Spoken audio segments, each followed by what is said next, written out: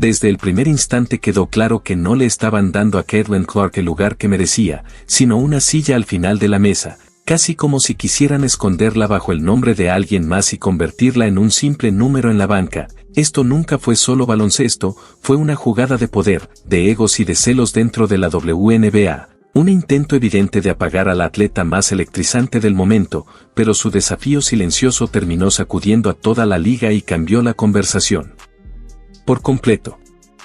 Cuando se estaba cerrando el roster de Team USA para los Juegos de Verano, todo el mundo daba por hecho que su nombre era fijo, la mujer que rompió récords en la NCAA, que prácticamente duplicó la audiencia profesional y cuya camiseta se vende más que la de cualquier otra jugadora. Sin embargo, detrás de puertas cerradas el comité tenía otro plan y, según filtraciones, antes del anuncio oficial le ofrecieron no un puesto real ni un rol protagónico, sino una posición disfrazada con condiciones que sonaban más a humillación que a oportunidad.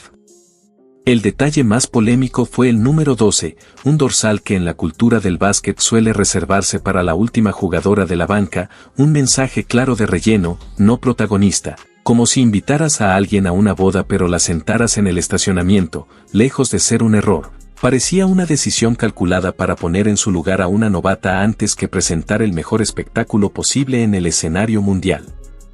Pero hay algo que olvidaron, Clark no es cualquier jugadora con cualquier número, ella es el 22, y ese símbolo ya representa impacto, carácter y una nueva era que nadie pudo frenar. Ese número no es solo un dorsal, es un símbolo que ya está grabado en la cultura. El 22 vive en las camisetas de niñas en cada rincón de Estados Unidos y quedó inmortalizado en los récords desde Iowa City hasta Indianapolis, algo que no se le arrebata a Caitlin Clark, así como nadie se atrevería a quitarle el 23 a Michael Jordan o el 99 a Wayne Gretzky. Por eso, cuando el comité insinuó cambiarle el número, no le estaban ofreciendo un lugar, le estaban vendiendo una degradación disfrazada de oportunidad, básicamente diciéndole que podía ir, pero pequeña, callada y detrás de figuras como Diana Taurasi y Breanna Stewart, aceptando su supuesto lugar. La respuesta de Clark fue el silencio, no armó escándalo ni dio explicaciones, simplemente se apartó, y ese silencio fue tomado como excusa para dejarla fuera por completo. Entonces la historia dio un giro inesperado cuando apareció Sophie Cunningham, mientras la narrativa mediática insistía en vender un enfrentamiento entre Clark y la WNBA, pintando a la novata como rebelde y a las veteranas como resentidas. Pero Cunningham, jugadora del Phoenix Mercury, no es figura de portadas ni consentida de patrocinadores, es una competidora feroz que pelea cada balón dividido y no retrocede ante nadie. Por eso, cuando surgieron reportes de que estaba molesta por el trato hacia Clark durante el proceso de selección y que incluso cuestionó la política interna y se negó a alimentar una narrativa en su contra, el guión cambió por completo y lo que parecía un simple recorte empezó a sentirse como algo mucho más profundo. Fue un terremoto que sacudió los cimientos de la liga, porque esto no salió de una teoría de fans en redes ni de una opinión encendida en un podcast perdido, sino de una jugadora que vive dentro del sistema, que cobra en la misma WNBA, que camina los mismos pasillos y se sienta en las mismas sesiones de video, dejando claro con sus actos que lo que pasó con Caitlin Clark estuvo mal, y ese respaldo pesa más que cualquier ola de indignación externa porque valida lo que millones de aficionados llevan meses señalando, que hay una línea muy clara entre competir y intentar aplastar. La postura de Sophie Cunningham, ya sea con palabras directas o con su negativa a seguir la narrativa oficial, representa una grieta en el viejo muro del establishment, una señal de que si una se atreve a hablar, hay varias más pensando lo mismo en silencio. Para entender por qué ocurrió todo esto hay que mirar la psicología del comité de selección de Team USA, un grupo profundamente ligado a la vieja guardia que durante años vio la selección nacional como premio a la antigüedad más que como vitrina del mejor talento. Ese modelo funcionó cuando casi nadie estaba mirando, pero Clark rompió la fórmula, llegó como novata y en su primer mes generó más atención que muchas veteranas en toda su carrera, sin pedir permiso ni besar anillos, simplemente jugando a un nivel que obligó al mundo a voltear a verla, algo que los guardianes del sistema no supieron procesar. En lugar de entender que su impacto podía elevar a todas, intentaron frenar su impulso antes de que zarpara, y figuras como Diana Taurasi ya habían marcado el tono incluso antes de que iniciara la temporada con comentarios que muchos interpretaron como una advertencia disfrazada de realidad. La advertencia fue clara desde el principio: las veteranas no iban a extenderle la alfombra roja a Caitlin Clark, sin importar cuántos récords rompiera, y ese tono marcó el rumbo de todo. Hablaron de química defensiva, experiencia internacional y pérdidas de balón para justificar su ausencia, envolviendo un asunto personal en términos técnicos y esperando que el mundo simplemente aceptara la versión oficial. Pero el mundo no guardó silencio, explotó. Cuando revisas los números fríamente, el argumento deportivo se desmorona, su producción ofensiva, su visión de juego y su capacidad para generar atención y energía en cada arena no están a debate. Y había jugadoras en ese roster olímpico con menos minutos y menor impacto estadístico del que Clark habría aportado incluso saliendo desde la banca.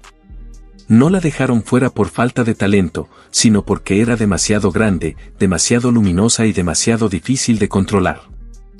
Y ahí es donde la decisión deja de parecer mezquina y se vuelve desconcertante, porque la WNBA es un negocio que ha luchado durante años por sobrevivir, por mejores salarios, vuelos charter y respeto, pidiendo atención para el básquet femenil, y justo cuando Clark logró que el mundo mirara, llenando arenas con semanas de anticipación y moviendo mercancía a un ritmo nunca antes visto, optaron por no exhibir a su mayor imán en el escaparate más grande del planeta, los Juegos Olímpicos. En vez de mostrar su producto más potente ante miles de millones de espectadores y convertir a curiosos en aficionados de por vida, prefirieron guardarlo por razones que parecían más emocionales que estratégicas, una decisión que, según estimaciones de economistas deportivos, pudo haberle costado a la liga y a sus socios de transmisión millones en ingresos y participación perdida.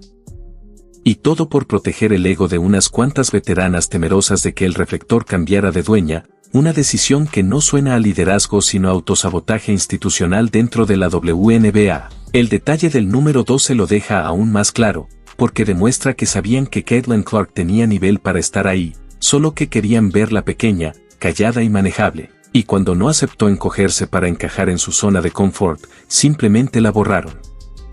Expertos en marketing deportivo han calificado esto como uno de los errores no forzados más grandes de la gestión moderna. Tenían el boleto dorado en las manos y lo rompieron porque quien lo sostenía no se inclinó lo suficiente, cada patrocinio que no se cerró, cada aficionada internacional que apagó la televisión al no ver su nombre en el roster, cada niña que soñaba con verla en la duela olímpica, representa un costo real no solo en millones, sino en impulso cultural perdido, justo cuando la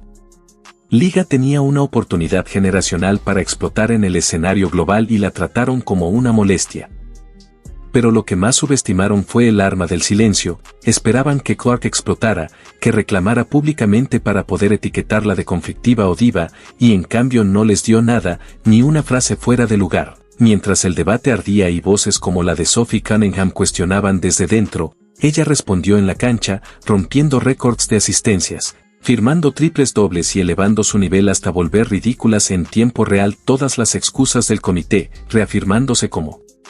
la máxima anotadora histórica del básquet colegial mayor y consolidando una narrativa que ya nadie puede ignorar.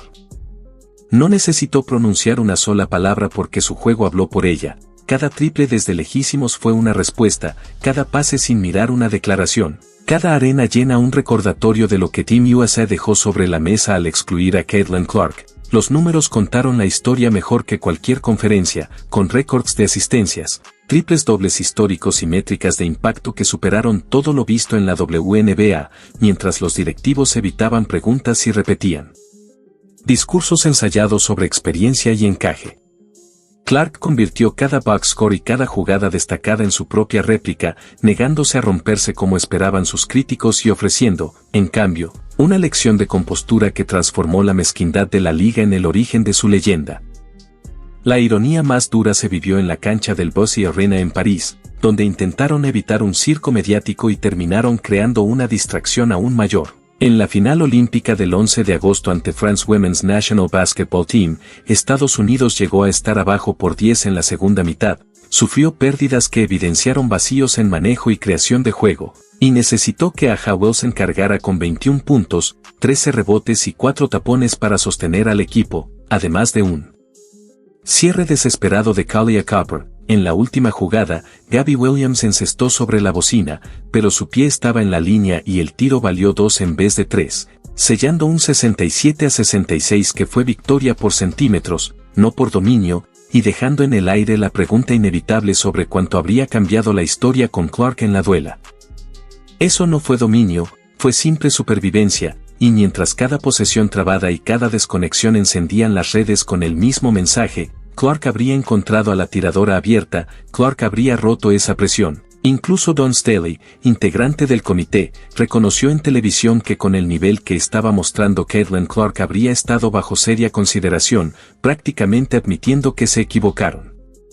Y los números no dejaron espacio para el debate. El All-Star de la WNBA, donde Clark enfrentó a las Olímpicas, reunió 3,44 millones de espectadores en ABC, rompiendo el récord previo de 2003, mientras ESPN y ABC reportaban un aumento del 163% en audiencia esa temporada, con Clark presente en casi todos los partidos que superaron el millón de televidentes. Las Indiana Fever pasaron de promediar cerca de 4.000 aficionados por juego en casa a más de 17.000 tras seleccionarla, superando los 340.000 asistentes totales y obligando a varias franquicias a mudar sus partidos contra Indiana a arenas de la NBA para cubrir la demanda. Aún así, el comité miró todo eso y decidió ignorarlo. Sí, el equipo ganó el oro y lo mereció, pero el titular nunca fue solo su triunfo, sino la sombra de quien no estuvo en el avión. Al intentar borrar a Clark de la narrativa, la convirtieron en el centro absoluto de ella, y ahora las grietas son evidentes. Si voces como la de Sophie Cunningham se atreven a desafiar al establishment, significa que algo se está moviendo dentro del vestidor y que la vieja guardia empieza a perder el control del escenario que creía tener asegurado. Eso significa que la mayoría silenciosa dentro de la WNBA ya no quiere quedarse callada. Durante años la liga funcionó como una hermandad cerrada donde pagabas derecho de piso, respetabas la jerarquía y eventualmente te tocaba tu turno, pero el dinero y la atención lo cambian todo, y Caitlin Clark trajo ambos en cantidades jamás vistas. Las jugadoras que hoy disfrutan arenas llenas y contratos televisivos más grandes empiezan a notar que los guardianes del sistema no están protegiendo el deporte, sino frenándolo. Lo del número 12 no fue un detalle aislado, fue síntoma de algo más profundo, la dificultad humana de ver a alguien recibir en meses lo que otras tardaron años en construir. Pero administrar esas emociones era responsabilidad de directivos y comités, no convertirlas en decisiones disfrazadas de argumentos técnicos, y al elegir comodidad sobre grandeza sembraron un problema de imagen que los perseguirá por mucho tiempo. Basta ver cómo los videos sobre el desaire generan más vistas que los propios resúmenes olímpicos, la conversación sobre quién quedó fuera produjo más interés que los partidos mismos, señal clara de que la afición quiere justicia y quiere ver a las mejores en la cancha. Y quizá, a largo plazo, esto termine fortaleciendo a Clark, porque toda leyenda necesita un antagonista y toda dinastía nace del desprecio. Michael Jordan tuvo a los equipos que lo dejaron pasar en el draft, y Tom Brady fue elegido en el puesto 199 antes de convertirse en el más grande de su deporte, recordatorios de que a veces el rechazo es el combustible perfecto para construir una era. Y ahora Caitlin Clark lleva el número 12 en su camiseta, cargando consigo al comité que intentó humillarla y a la liga que quiso hacerla pequeña, y llevará ese recordatorio en cada juego, cada temporada y en cada récord que rompa hasta el día que se retire. La próxima generación de jugadoras observa todo esto, jóvenes en gimnasios de secundaria por todo el país ven cómo la mejor del mundo fue tratada por su propia liga, algunas se desanimarán, pero las que de verdad importan, las que tienen ese mismo fuego, aprenderán la lección más valiosa que el deporte puede enseñar: la mejor venganza no es la ira, es la excelencia. Aparecer cada noche, ser tan innegablemente grande que tus críticos se queden sin excusas, eso es lo que Clark está haciendo, y eso definirá el siguiente capítulo del básquet femenil. El número 12 se suponía que sería una advertencia, un recordatorio de donde creían que Clark debía estar, pero salió al revés, el cambio no pide permiso y el progreso no espera comodidad, y quienes intentaron contenerla aprendieron que el futuro no puede ser encerrado. La pregunta que queda es, ¿cuánto tardará la liga en adaptarse plenamente y quién se quedará atrás cuando lo haga? Piénsalo bien, porque esta historia está lejos de terminar y el próximo capítulo ya está en marcha.